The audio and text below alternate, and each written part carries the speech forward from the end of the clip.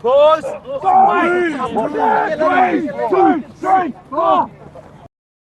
Hi guys, Chris here from Cowboy Rugby. I wanted to take a look at the England versus All Blacks game and just give you my thoughts on where I think England went wrong. So don't get me wrong, fantastic game by England. Loved how they fronted up to the haka here, and the All Blacks laid down the challenge and England just stepped up and faced them head on.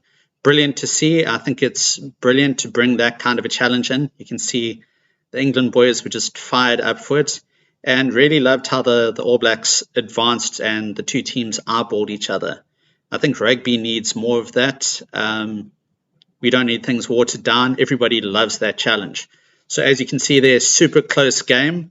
And England actually could have won the game, but for one or two things, which I'm going to discuss a bit later. Before we get into that, I just wanted to highlight a few things that I really enjoyed about the England game. So straight from the kickoff, they were brave and adventurous. Instead of just setting up a normal exit play, the ball was passed back to Marcus Smith here, and he went for a cross kick.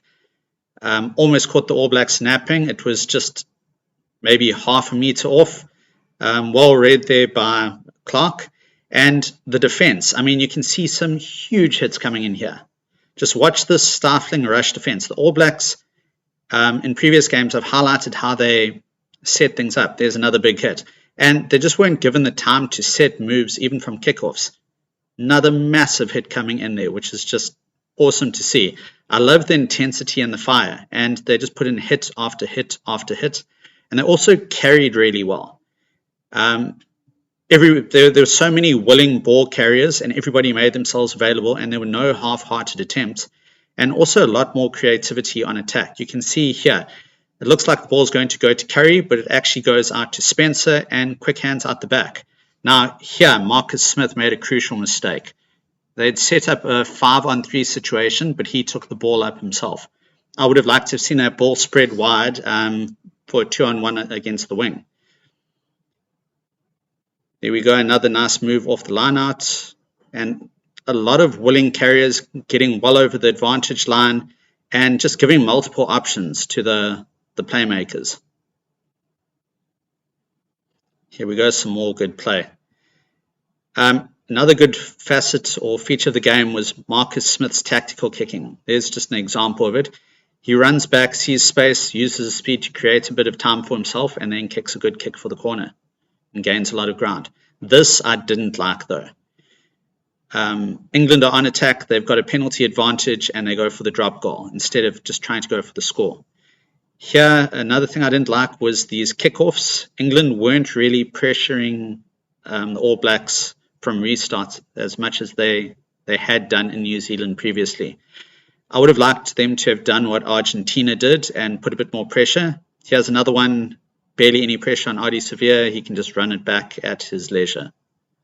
So that's something they needed to work on. I've put in a few clips here of what Argentina did, where they actually isolate the catcher close to the touchline. In these, it was Mark Talia, as I highlighted in previous video. He was just getting buckled time after time. There's Geordie Barrett. And this is actually England in their previous game putting more pressure. Here they win the ball from the kickoff. And I don't know why they didn't do that in this game. Another feature I didn't like was Ben Spencer taking box kicks close to the touchline. You'll see here they're two in a row almost from the same position. And you're just cutting down your angle and limiting your space. So I think England were their own worst enemy in certain circumstances. Didn't get as much territory as they wanted. Here, 2-on-1 tackle, somebody should have gone higher and closed off Satiti's arm, Furbank there. And then watch Ellis Genge. He actually checks instead of committing. He should have just charged across and forced Talia back in.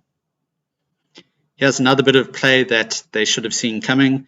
I highlighted in previous video, Argentina and Ireland do this quite a lot. And again, it's Genge. Instead of staying in his channel, he moves across. So those are two tries that didn't need to happen, and that ultimately cost England the game.